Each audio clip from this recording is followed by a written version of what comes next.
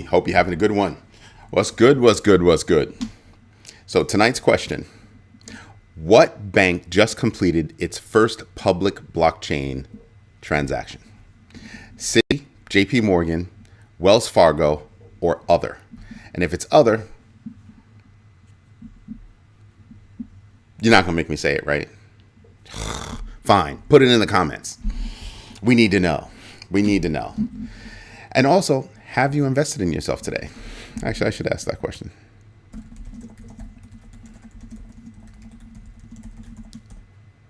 There you go. Now, what do we have going on in news tonight?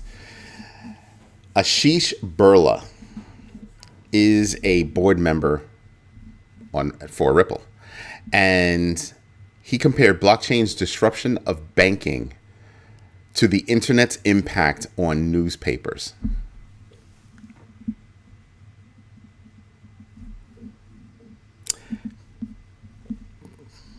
That right there, that's golden. That's golden. Because it didn't happen overnight. It happened over time. Shorter span of time, but yeah. I can wholeheartedly agree with that. Wholeheartedly agree with that. And then you have, let's see, ex-Cred executives Daniel Schatt and Joseph Podulka pleaded guilty to fraud for misleading customers, causing a $150 million collapse in 2020. It's 2025 now. Yeah. It's 2025 now. Why do we have to wait for so long?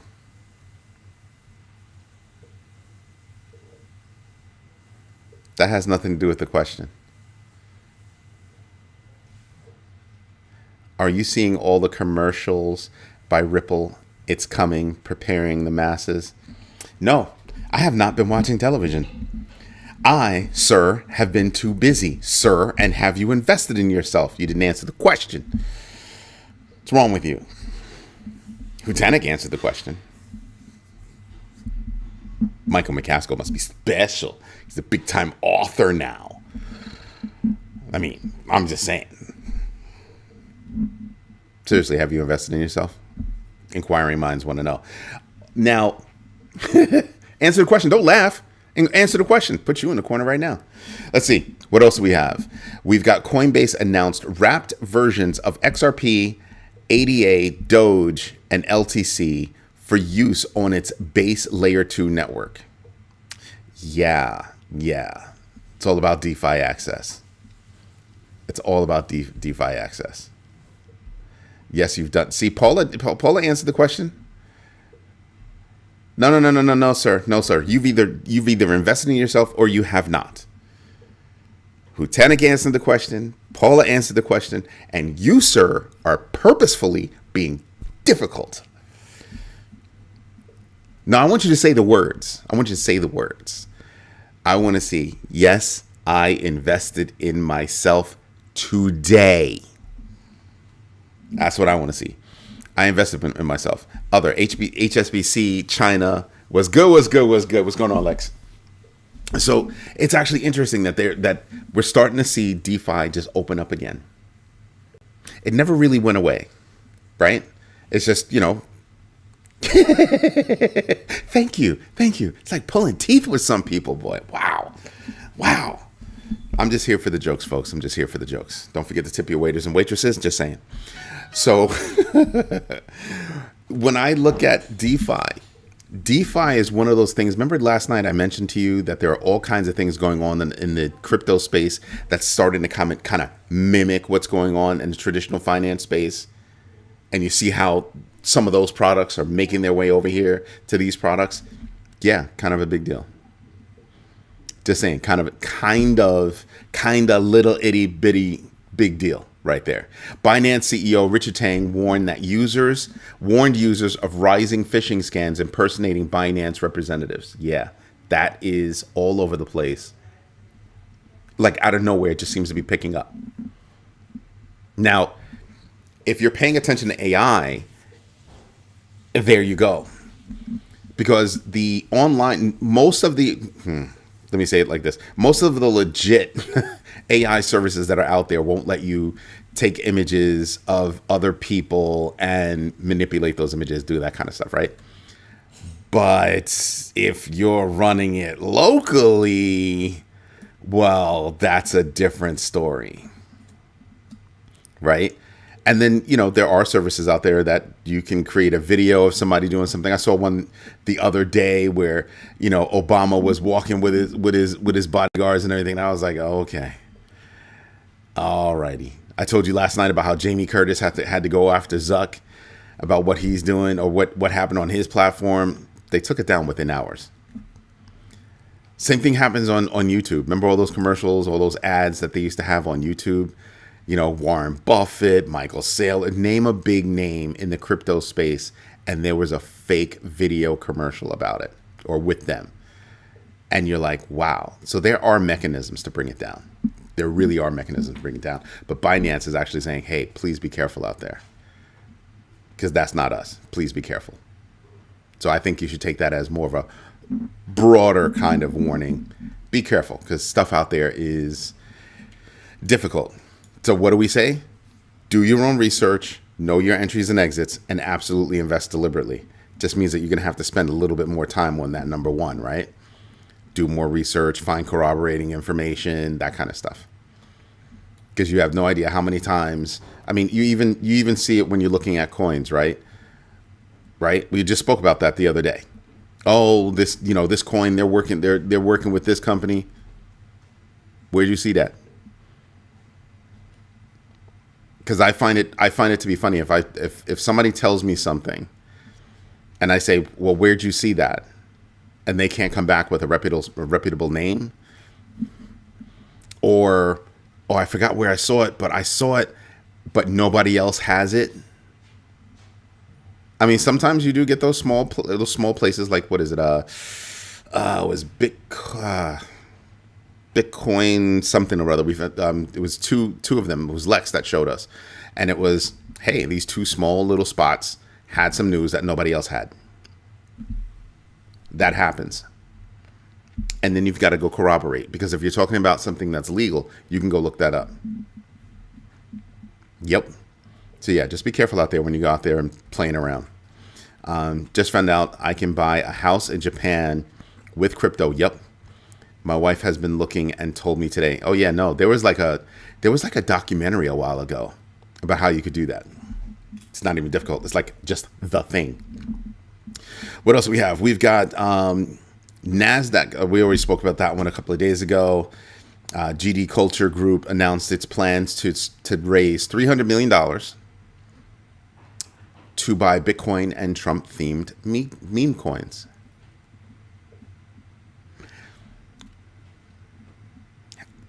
I'm not going to walk down that road. You guys already know how I feel about that kind of stuff. A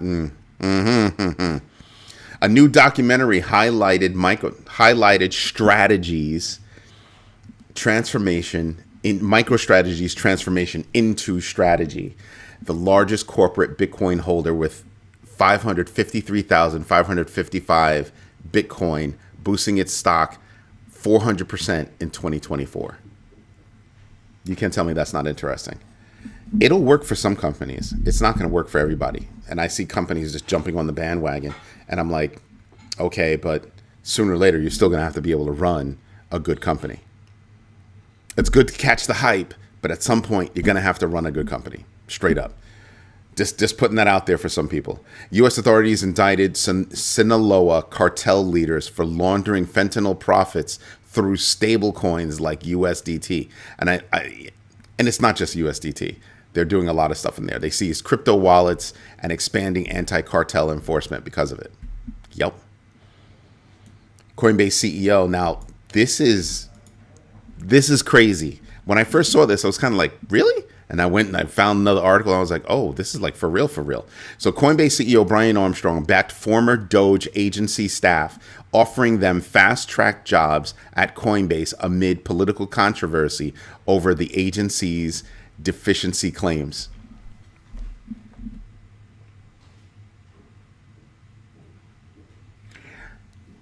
Not Doge the coin. Department of government efficiency. That's who he's offering jobs to.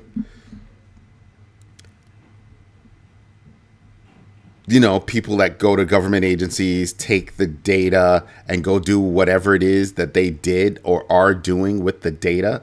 And Brian Armstrong wants to give them jobs.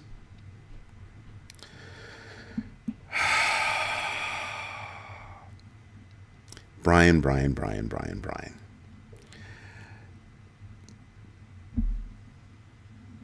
Really? That's how far you're going to go to kissing that butt? That's all I can say about it. I'm not feeling Brian Armstrong. I am not feeling Brian Armstrong. I'm just not. This isn't the first time that I've looked at this guy and just been like, what are you doing, buddy? What are you doing? I'm looking at this move and I'm just kind of like, seriously?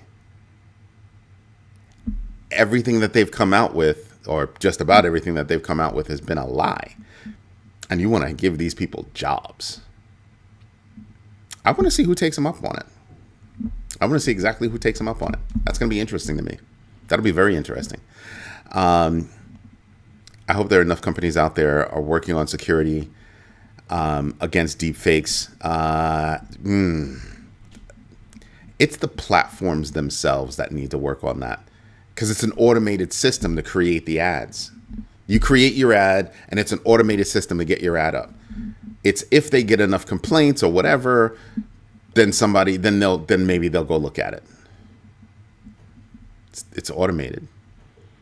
And with the number of ads that get thrown up on a daily basis, that's what they'll whine about. Oh, we couldn't possibly. Well, then maybe you shouldn't do that then. Because they'll shut down an account and they'll just open up 10 more. Seriously. You're talking about, companies that have hundreds, if not thousands, of accounts that they can do this on. And they just keep going. Just saying. We definitely need to step up our personal security related to interactions with banks, governments, etc. It's called user sovereignty. The protection of your own data, control over your own data. I want to buy a stick of gum. There's no reason for that corner store to actually want to collect my personal data. Sounds stupid, but you see how that goes?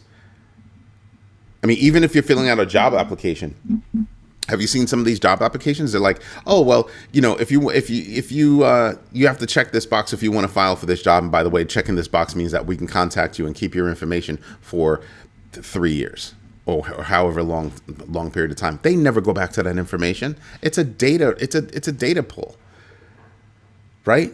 It's a data play. They just want to grab your data and go do with it whatever they want. They say they're not going to do this, but I told you the other day, my company took a PPP loan. Yeah, we paid it back. My company took a PPP loan, and then the second we're done paying off the loan, we got a whole bunch of calls from these other companies, emails just bombarding us with, you need a loan, you've been pre-approved. Really? See what I mean? It's nuts. I would rather buy more Bitcoin and borrow USD against it, and rent allows you to move around and avoid tax, insurance, and maintenance, avoiding that adjusts not in favor. Dude, sometimes these sentences, man. The flexibility of having Bitcoin, taking loans against your Bitcoin, not having to pay taxes on it because a loan is debt. You don't have to pay taxes on debt. Yeah. Allows you to mobility. Don't buy a house, just rent where you are. Yeah, kind of makes sense. A lot of people do that. There are a lot of people that are digital nomads. It's where the term came from. Just like that. I don't care about platforms. I'm talking about, for example, interacting with your bank via phone, mail, video, giving instructions, etc. No, it's the whole thing. It's the whole package. They're different. I gave an example. You're giving an example of the same problem. User sovereignty. User sovereignty. Whenever you bought software back in the day and you opened up that packet, it had the tiniest of print. Here are the terms and conditions and blah, blah, blah, yada, yada, all that good stuff. People got so used to that they don't pay attention to it anymore. They just check the box and keep it moving. They don't pay attention to it at all. And they've given away a lot of rights. It's what they do. And you wonder how this stuff happens. And then on top of that, you've got them getting hacked all the time. And when they get hacked and your user information gets put out to the world, what happens? Nothing. They've got to give you access to a credit, protection company or something like that. That doesn't do anything. There's a spot on 60 Minutes that says, yeah, everybody in the United States, unless they don't have a social security number yet because they're not born, guess what? Your information's available on the web for as cheap as $2 each. Yeah. I get the whole packet of information about you for $2. Social security, banks, addresses, phone numbers, all that. $2. $2. The larger the number that you buy, the bigger the discount you get. Yeah. It's no joke. And people aren't paying attention to it. And that's the big deal. So when I look at, how can you be a digital nomad? Well, there are lots of ways you can be a digital nomad. Have companies rent apartments and, you live off of Bitcoin or whatever and you keep it moving. Just saying. So we've had 6 votes. What bank just completed its first public blockchain transaction? Citi, Morgan Stanley, Wells Fargo, other. Damn, Wells Fargo just got dissed. Like, dang. Well, is Wells Fargo the new Fidelity for us? I don't know. Hey, pause. What's going on? Yes, I invested in myself. Thank you for letting us know. Living in my condo on wheels. That's what's up. Still pay state registration, but not property taxes. There's a bill in Florida, or there's talk in Florida that they want to get rid of property taxes because it's kind of like, why should you still be paying, property taxes? That means you don't own your house. That's exactly right. The government can snatch your home because you have not paid your property taxes. Yeah. Yeah. So imagine you buy $1 million house and the government gets to go after you for what, 20 grand? 20 grand. I'm dead serious. I'm not even playing. They can go after you. Maybe the taxes on your house are only 20 grand a year, whatever. They get to go after you for that because you owe taxes. And depending on how litigious your government is, maybe they take your house, maybe they don't. Maybe they wait a couple of years. And then some municipalities, you can walk in the door and buy that debt. Basically, you can loan the government the money. The government still waits to get the money. You loan the government the money. And if they have to wind up taking the house goes to you. Because you loaned them the money. Yeah, there are all kinds of ways. All kinds of ways. So yeah, I'm not a big fan of property taxes at all. You buy a house, the house itself is already paid off. Why am I paying property tax? Like, so every time you turn around, the next person, they're constantly repaying the government. And the government gets its money, no matter what. No matter what, they get their money. Right? It's a big deal. People are not feeling that. And then you have the whole, protect your title. You have all these services popping up talking about you should protect your title. Somebody can come steal your title. Good reason to have titles on blockchain. Just saying. I'm just putting that out there. Just putting it out there for you. What else do we have?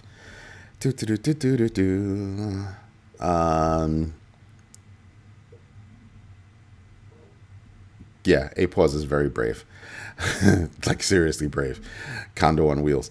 Elliptic uncovered Colorado-based GMB guarantee as an $8.4 billion crypto laundering hub on Telegram, enabling hacks, scams, and human trafficking operations since 2022. Wow.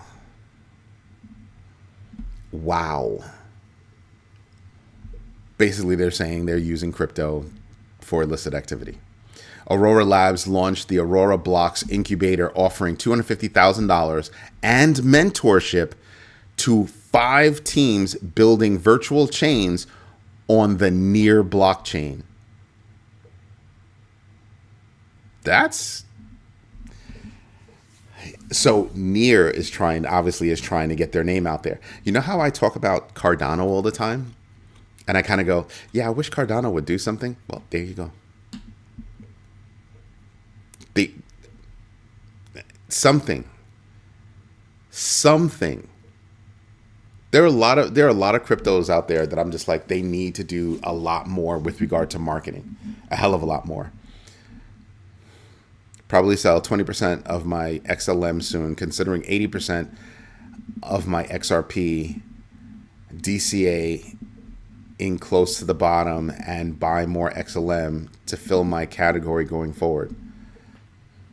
Okay. So you're going through a rebalance, or you just happen to look at those 2 particular ones and said, I'm gonna rebalance those, or is it wallet wide or bag wide? Yeah, I'm not giving up my XRP anytime soon.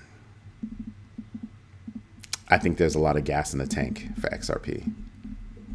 I really do think there's a lot of gas in the tank for XRP. I really can't say anything. I mean, I'm like a lot in the black on XRP, so I'm kind of like, you know what I mean? Like, I could sell right now and be happy, but I think there's a lot of gas in the tank. And here's the kicker: I'm afraid that when I sell, that's when everything is going to start to take off, and I'll be really pissed off. But I am thinking about taking 10% here, 20% there, shave some profit. I see XLM as a much better play because it's programmable. Different use cases.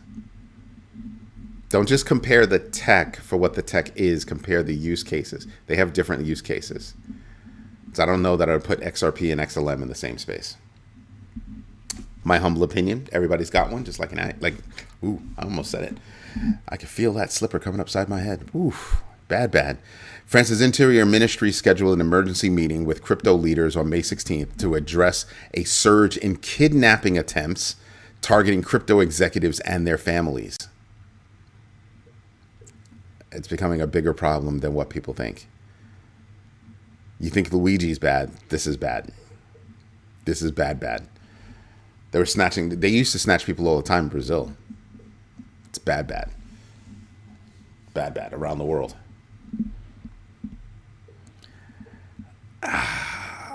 Yeah, you want to consolidate both into ADA, and knowing how much ADA you have, I don't know that I would want to do that. I like the diversity.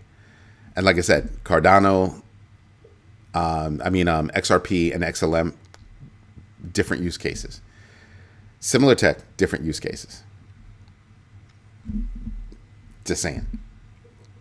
I would give that some thought. Now, here's something that I noticed. Pro-crypto CFTC Commissioner Summer Merzinger will resign May 30th, leaving the CFTC understaffed and amid delayed confirmations, potentially stalling crypto regulation progress. Going over to the Blockchain Chamber of Commerce. Yep, that's where they're going. That's where they're going, and you can't tell me that's not crazy. That's a hint and a half. That is a hint and a half, right? And again, I'm still looking at this at the SEC. You're not short on staff. What's taking you so long? Not short on staff. Tether announced QVAC. I'm calling it QVAC. That's just me. A decentralized AI development platform for device local agents set for Q3 2025, aiming to democratize AI development without relying on centralized servers. Oh. Now, how do you think that plays out? I think DPINs takes off. I think decentralized physical infrastructure networks wind up taking off in a major way, because that really is what people are thinking. The goal is to be decentralized as much as possible. How is XLM not decentralized? I get it, but aren't you already weighted heavy in Cardano? It's already decentralized. How much more decentralization do you need? And XRP didn't they just turn the corner on being decentralized? Yeah, they still have a lot that they're holding, but they're decentralized, aren't they? Isn't XRP decentralized? Just wondering. Just wondering. Asking for a friend. Asking for a friend. But you're gonna do what you gotta do. How you manage your bag is how you manage your bag. I manage my bags, using different kinds of cuts and slices on data, right? Like how many do I have that can do these particular things? How many fall in this particular space, that particular space? How are they ranked in that space? Right? So if I have AI coins, there might, what AI coins do I have? How do they rank? How are they being used? All that good stuff. So the normal number crunch, but also the weighting, how much I weigh certain coins in a given space. That's gonna be different for me. Then you've got Dubai partner with Crypto.com. We knew that was coming. I told you this the other day. They want to become 90% cashless. That's what's going to be crazy. Coinbase settled a $2.25 million lawsuit over its misleading 2021 Dogecoin sweepstakes, agreeing to compensate affected users after U.S. Supreme Court rejected its arbitration defense. Yep.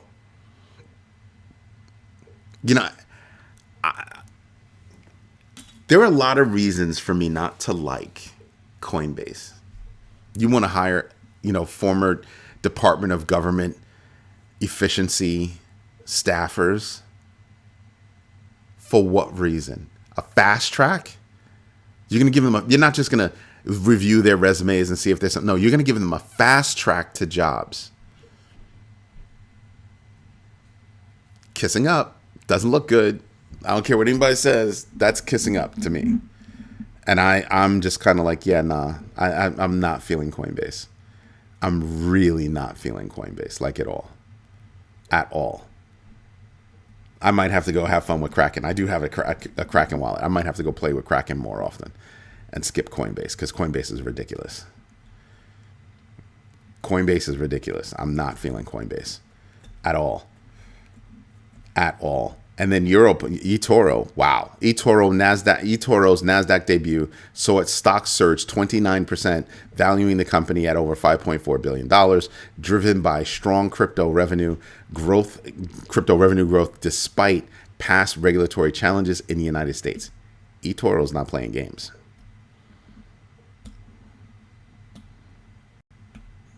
eToro's not playing games at all. When I look at some of these crypto companies out here that are going public and things like that, I think eToro is going to wind up doing well. They're sending a signal to the street that, hey, our compliance issues we're not going to have those issues anymore, because they had to get over those humps to even get listed. So everybody's looking at eToro as, oh, that's just a cash machine, because it is. You make money on bad crypto transactions. They make money on good crypto transactions. They're going to make money on any transaction, period. Right? That's literally what they're looking at. It's literally what they're looking at. And I'm just kind of like, I'm kind of with it. I'm kind of with it. All right, so it's a pure deflation. It's pure deflation because the rewards are most of the inflation each epoch. Or epoch, okay. Additionally, each epoch creates less ADA as it approaches its max supply. Okay. I mean, I get it. You want to do something with your bag. Again, I look at it from a totally different perspective. I like the fact that there are different perspectives that are out there. Hutanik is looking at it from a very numeric perspective. He's like, I have very specific reasons why I'm doing this. It's deflationary. This is how it's deflationary. I want to consolidate. I also want to be more decentralized. Those are big parameters. Basically what he's saying is, this is my risk framework. You know what I always tell you guys? I always tell you guys about having a risk framework. He's describing his risk framework And he's saying, I'm contemplating making these actions based on my risk framework. So I don't care what actions he does, because he's got a risk framework. I care about that. I care that he took the time to define, well, what's my risk framework? How am I making decisions? He figured that out. Then he's making decisions based on that. And then you can adjust things, but I really like that train of thought. It's not the specific actions that he's taking, it's how he's weighing each one of those transactions against his risk framework. Again, do your own research, know your entries and exits, and absolutely invest deliberately. Marcus Moore, what's going on? You have invested in yourself by tuning into you. Thank you very much. What's good? Sometimes I just become a drone and I'm just like reading what people say and they catch me off guard every now and then. Hudatic knows because he does it all the time. Token unlocks every 5 days is the schedule. Pure, scarce. Yeah, it's just like it. And that's where my frustration comes in for Cardano. That's my frustration, because Cardano is very similar to Bitcoin, except with programmability, right? And dare I say, higher level of security. Dare I say, faster speeds. Dare I say, cost cheaper per transaction.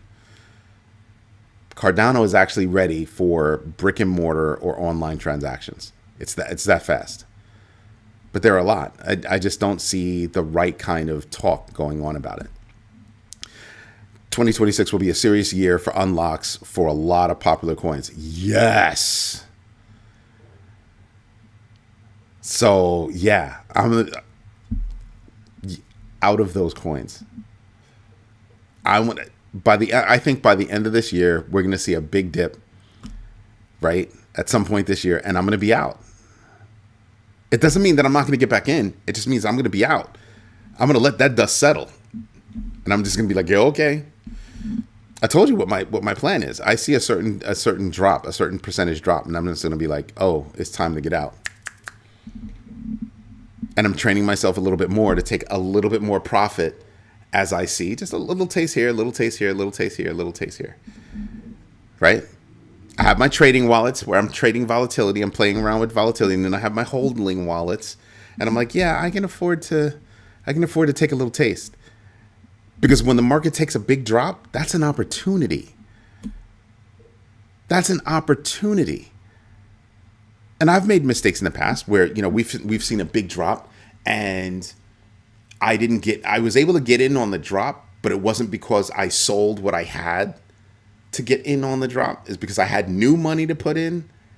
And at some point you've got to stop and say to yourself, well, no, I want to make money off the money I already have. So if I have $100 in the market and I see things going down and I yank out at like $95 and it goes down to 85, I can swoop back in and get the lower price. That's all I'm looking for. That's all I'm looking for. And then I'm starting to be like Michael McCaskill's wife and be like, yo, then maybe there's a house we can buy, using Bitcoin or whatever digital asset. But yeah, those are things that I constantly look at. How can I use my digital assets? Who's allowing the use of digital assets directly, not via a third party stuck in the middle, right? Because I think it changes the mindset. I think crypto can change the mindset. I don't think credit cards are going to go anywhere, right? I don't think they're going away, but I think that, they're not, they'll still be called credit cards, kind of, right? Because they'll be performing the same kind of transactions. Well, they'll take your crypto, translate that into fiat, and pay the company. Yeah, okay. That'll still be around until people start saying, nah, I think I'm going to live closer to cash. I'm only going to spend what I've got. So I can get off of that wheel, right? Where I'm constantly buying and constantly owing, constantly buying, constantly owing. Get off that wheel. So I'm going to start using cash. It's pretty much how I live. And if I have a credit card, I pay that puppy off immediately. I'm not trying to pay pay credit on that now, or interest on that. Nope, it's paid off. Let's see. I hope we will have a classic bear of about 8 to 12 months to scoop. We won't.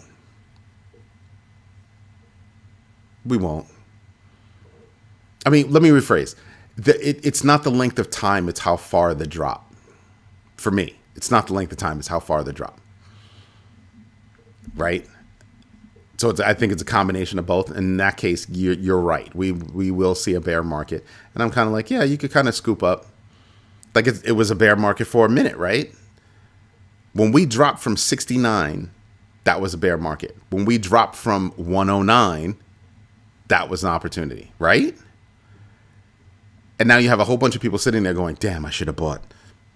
You should have, could have, would have. Yeah, serious. You had the opportunity. And that's what I look at sometimes.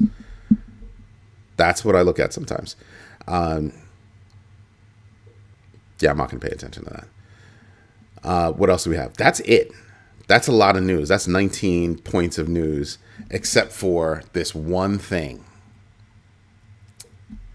I'll read you the paragraph that I wrote, that I published. JP Morgan Chase completed its first transaction on a public blockchain by settling a tokenized U.S. Treasuries transaction on Ondo Finance using Chainlink to connect private and public networks. The answer is JP Morgan, just so you know. But imagine Ondo and Chainlink. And I'm not surprised that Chainlink was involved, right? Because because JP Morgan was involved in that whole Project Guardian, and Chainlink was one of the crew that was involved in it. And again, to connect private and public networks, this is part of JP Morgan's decentralized finance project, Connexus, which used to be Onyx, which bridges traditional finance and DeFi. Because remember JP Coin? Yeah, that was Onyx. Traditional finance and DeFi. The move highlights growing institutional interest in real-world asset tokenization with over $12 billion locked in such assets on blockchains. JP Morgan has been involved in distributed ledger technology since 2019 with its JPM coin, now Connexus, handling about $2 billion in daily transactions and $1.5 trillion in derivatives contracts. Other financial firms like Citi are also expanding into Web3 and asset tokenization. It's a mouthful, right? It's a mouthful. I dropped that article today, by the way. Marcus Moore, Ondo and Link. That's huge. Then to know they've been saying that BlackRock is behind Ondo. Yeah, that's rumor mill. That's rumor mill. I'm not gonna deal in rumor mill. I could care less.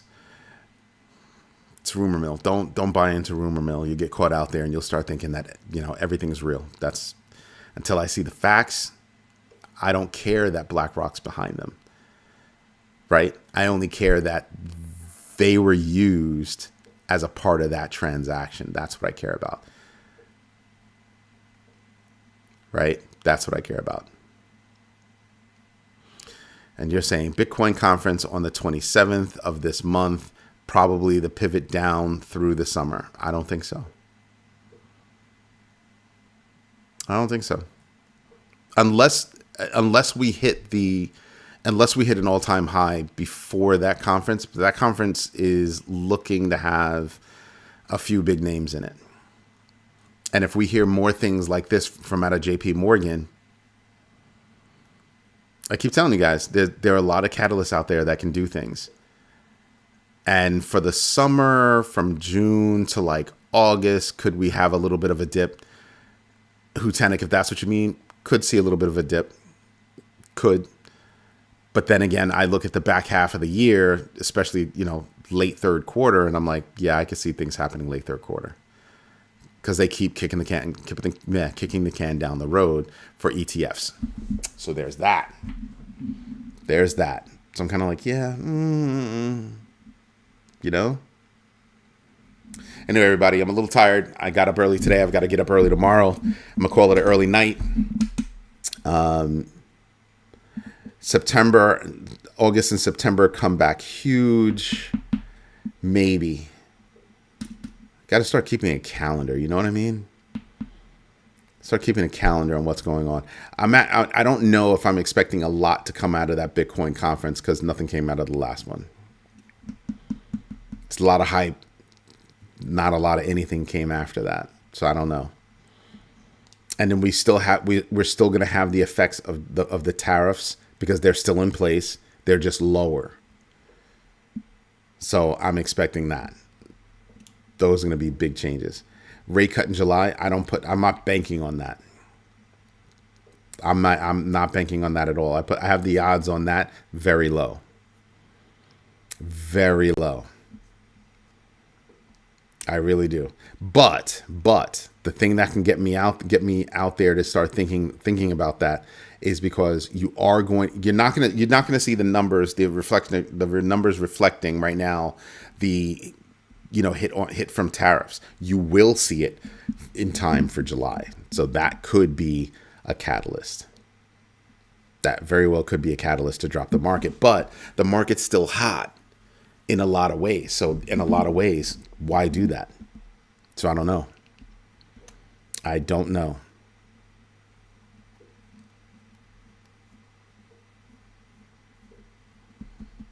To me, all that matters. So I don't know. I have to see what that's going to be like.